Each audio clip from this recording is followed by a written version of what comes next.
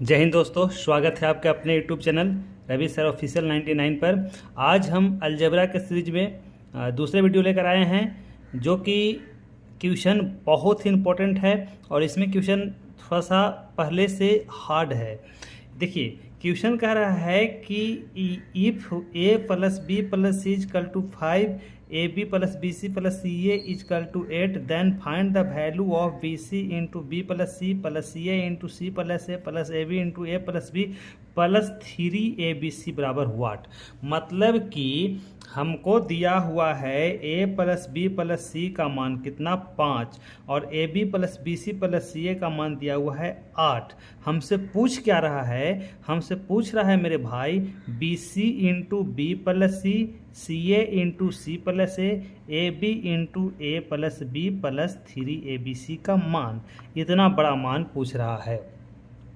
अब देखिए, बहुत ही आसान है, इसको कुछ नहीं करना है। जब इस टाइप से मैथ आए, जब बराबर इस तरह से दिया रहे, तो उसमें हम क्या करते हैं, ए बी और सी में से किसी एक का मान 0 रख लेंगे ताकि हमको आसानी होगा। तो अब देखना ये है मेरे भाई कि देखिए, यहाँ तो बटा नहीं दिया हुआ है। जब बटा दिया रहेगा, देखिए आगे मैथ में जब बटा आएगा तो ध्यान देना है कि ए बी सी में 0 उसी का मान रखेंगे। 0 मान तभी रखेंगे जब नीचे बटा में 0 ना आए। क्या बोले कि 0 ए बी सी में से तीनों का मान 0 वही रखना है कि कैलकुलेशन करने के बाद नीचे बटा में यानी कि हर में 0 ना आए। बाकी आप कुछ भी रख सकते हैं, कुछ भी। एक ए का मान, बी का मान, सी का मान, 1 2 0 4 5 6 10 20 30 कुछ भी रख सकते हैं, लेकिन हम यहाँ C का मान 0 रखेंगे।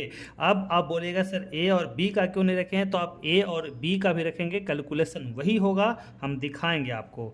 तो देखिए, C का मान 0 रख देते हैं। तो अब बताइए मेरे भाई, जब C का मान 0 रखेंगे तो यहाँ पर C का मान 0 रखेंगे तो A प्लस B का मान कितना आ जाएगा? 5।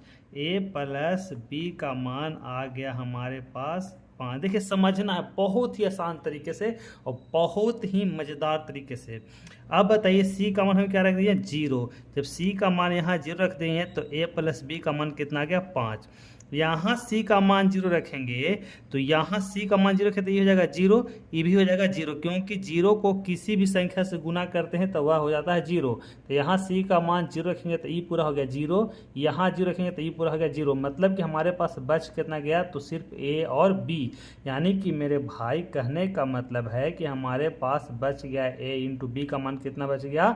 8। तो यहाँ हम लिख दिए 8। यहाँ तक कोई दिक्कत नहीं होनी चाहिए। यदि दिक्कत है तो फिर से थोड़ा सा वीडियो को पीछे कर देख लीजिए, आपको क्लियर हो जाएगा।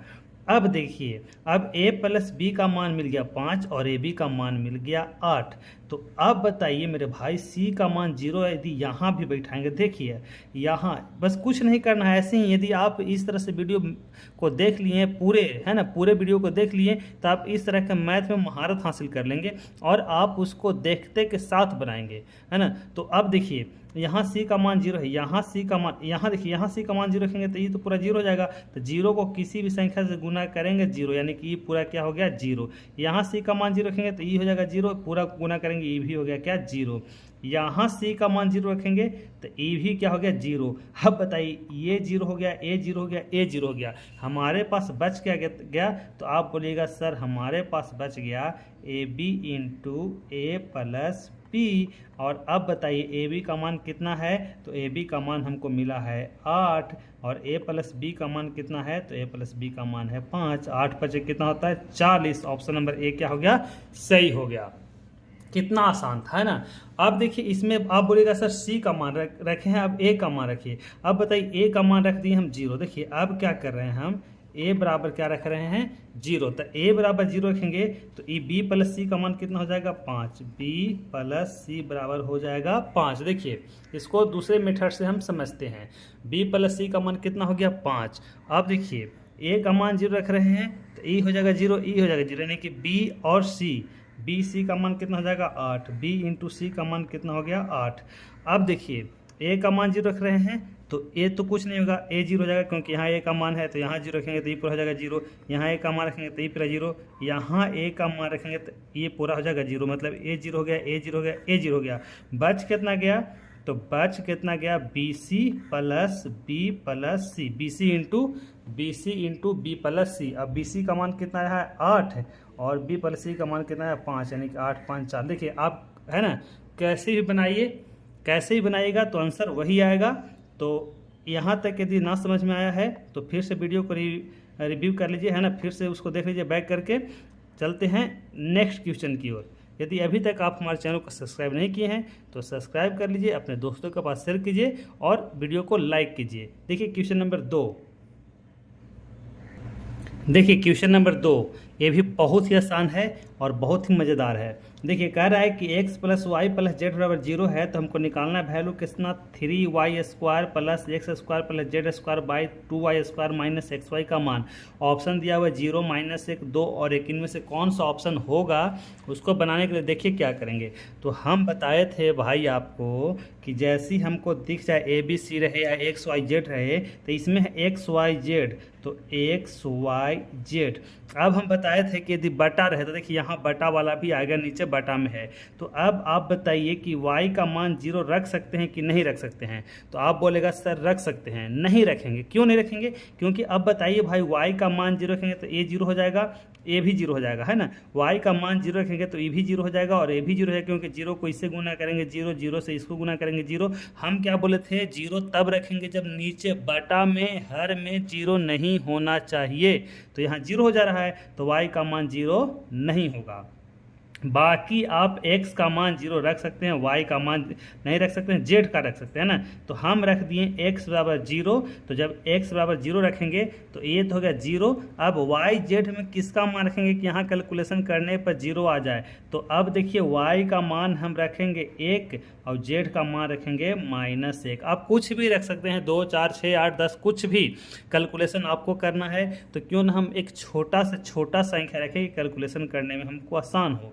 तो x का मान रख दे 0, क्योंकि नीचे देखिए। अब बोले सर यहाँ भी तो x है, यहाँ 0 रखेंगे तो अरे भाई ये ना 0 होगा, ये तो बचेगा ना, है ना, ये बच जाएगा, यानी कि नीचे 0 नहीं हुआ। तो इसको 0 होने से कोई फर्क नहीं पड़ता, पूरा नीचे 0 नहीं होना चाहिए। यदि y रखेंगे तो ये भी 0 हो जाएगा, इसलिए सिर्फ x का मान रख रहे हैं 0। z का भी रख सकते हैं, कोई दिक्कत नहीं है। तो यहाँ 0 नहीं होगा, ये 0 होगा। तो y का मान रख दिए 1 और z का रख दिए -1। देखिए यहाँ पर बैठाएंगे तो 0 0 हो जाएगा, है ना, मतलब ये अभी तक क्लियर है। तो अब देखिए इसको मैं कुछ नहीं करना, यहाँ पर सबका मान बैठा देना, वही हमारा हो जाएगा आंसर। तो देखिए 3 तो दिया हुआ है गुने y का मान कितना है 1, तो 1 का स्क्वायर प्लस x का मान कितना है 0, तो 0 का स्क्वायर तो लिखने का जरूरत नहीं है, इसको लिखने का जरूरत नहीं है, प्लस z का स्क्वायर, z का मान कितना है -1, तो -1 का क्या कर दें स्क्वायर। अब आप खोजते मत रहिएगा कि सर इसका मान नहीं लिखे, x का मान 0 है तो लिखना कोई ज़रूरत नहीं है।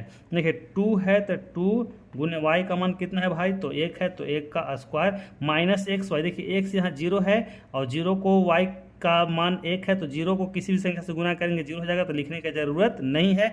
हमको मैथ को थोड़ा लॉन्ग नहीं करना, थोड़ा शॉर्ट करना है ना।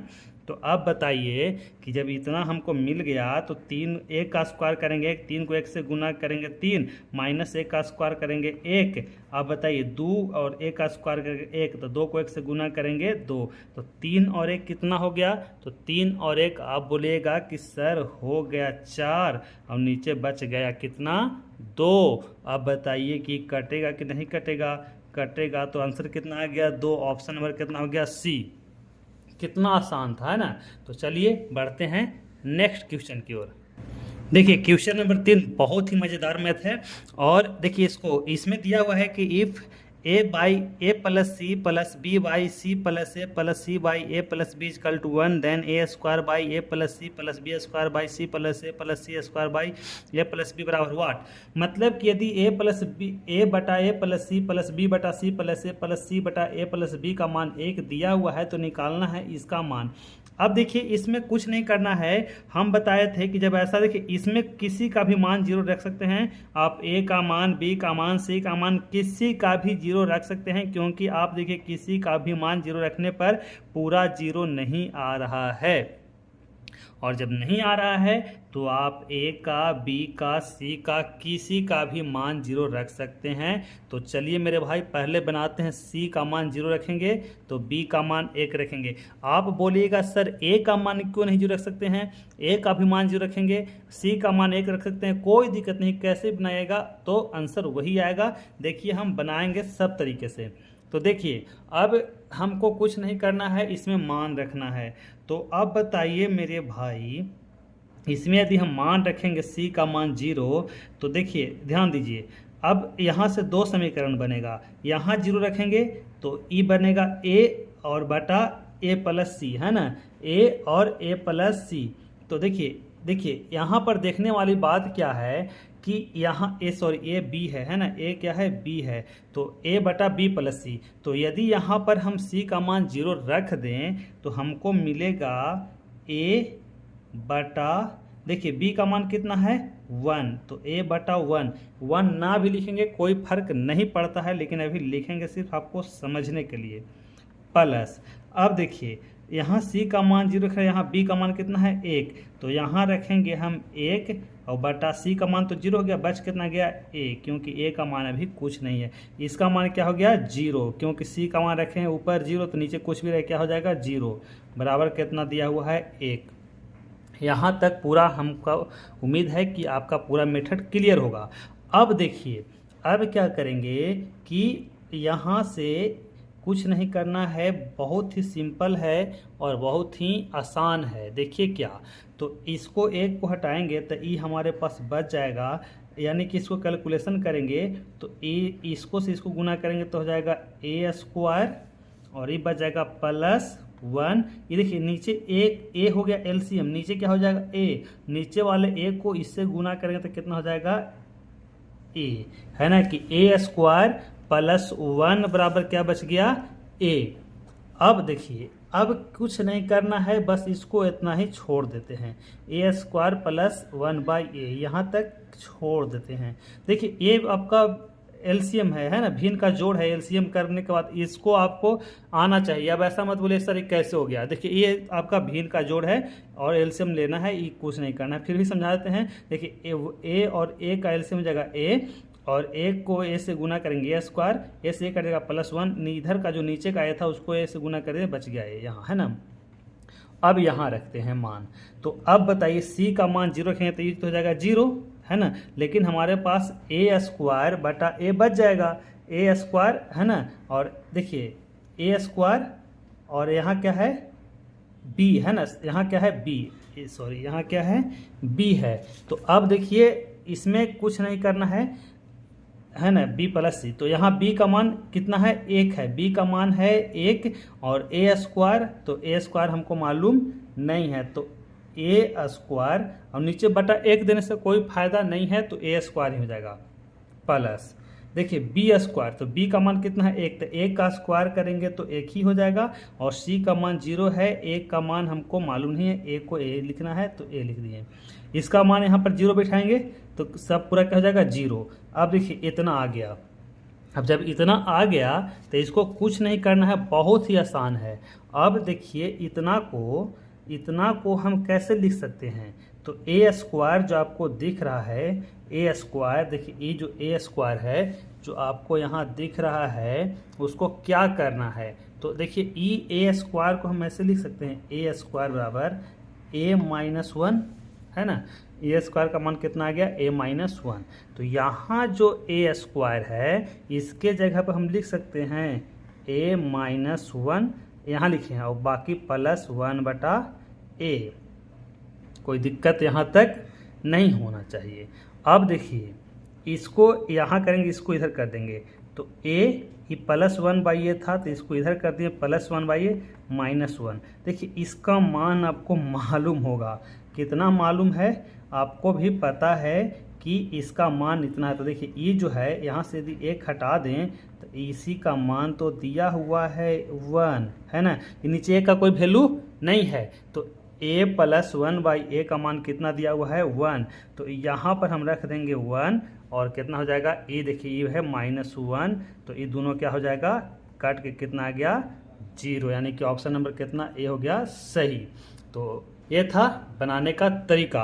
अब आपको लग रहा होगा कि सर ए का मान 0 काहे नहीं रख सकते हैं, तो देखिए ए का भी मान 0 रख के हम बनाते हैं। देखिए क्या करेंगे, हम रख देते हैं ए का मान कितना 0, ए का मान 0 रख दिए, बी का मान रख देते हैं 1 और सी का मान हम कुछ नहीं रखते हैं ना। क्यों ऐसा बना रहे हैं, क्योंकि आपको भी कन्फर्म होना चाहिए कि हम कैसे भी बनाए हमारा आंसर आना चाहिए। तो देखिए ए का मान 0 रखेंगे तो ई तो पूरा हो जाएगा 0, क्योंकि यहाँ हो जाएगा 0 तो ये पूरा मान हो गया 0, तो इसको लिखने का जरूरत नहीं है। बी का मान है 1 तो यहाँ हो जाएगा 1, और बटा सी का मान हमको मालूम नहीं, ए का मान 0 है तो यानी कि 1 बटा कितना हो जाएगा ई सी, है ना, क्योंकि सी का मान हमको मालूम नहीं है। ए तो पूरा हो जाएगा 0 प्लस, तो प्लस सी का मान हमको मालूम नहीं है तो ऊपर में रह जाएगा सी, और बटा ए का मान 0 है तो यहाँ हो जाएगा 0, बी का मान 1 है यानी कि सी बटा 1। अब देखिए तो इसको हम ऐसे लिख सकते हैं 1/c प्लस सी बराबर कितना दिया हुआ है 1, तो बराबर कितना लिख दिए हैं 1। यहाँ तक कोई दिक्कत नहीं होना चाहिए, है ना। अब जब इतना आ गया, इसको देखिए कैसे लिखें, तो इसको से इसको गुना करेंगे तो 1 प्लस सी स्क्वायर, अभी जो ई यहाँ था इसको भी गुना करेंगे, है ना, सी, है ना। तो अब सी स्क्वायर का मान निकाल लेंगे हम, तो सी स्क्वायर का मान निकालेंगे तो सी स्क्वायर बराबर हो जाएगा सी माइनस 1। चलिए यहाँ तक क्लियर है, सी स्क्वायर बराबर सी माइनस 1 आ गया।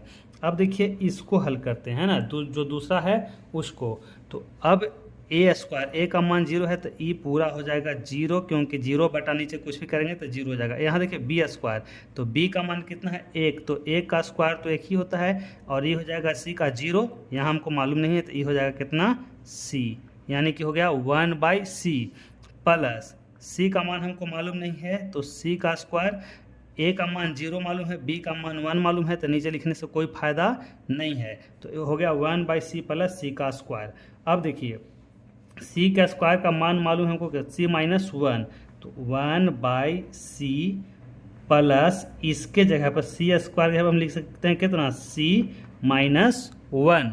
अब जब इतना लिख दिए तो देखिए इतना का मान, देखिए इसका मान है ना 1/c प्लस सी, इसका मान कितना दिया हुआ है 1, तो यहाँ लिखेंगे 1 माइनस 1, देखिए तो कट के क्या आ गया 0। कहने का मतलब हम कैसे भी बनाएंगे तो हमारा कैलकुलेशन सही रहेगा, बस हमको नियम से दूर नहीं भागना है और मेथड वही रखना है।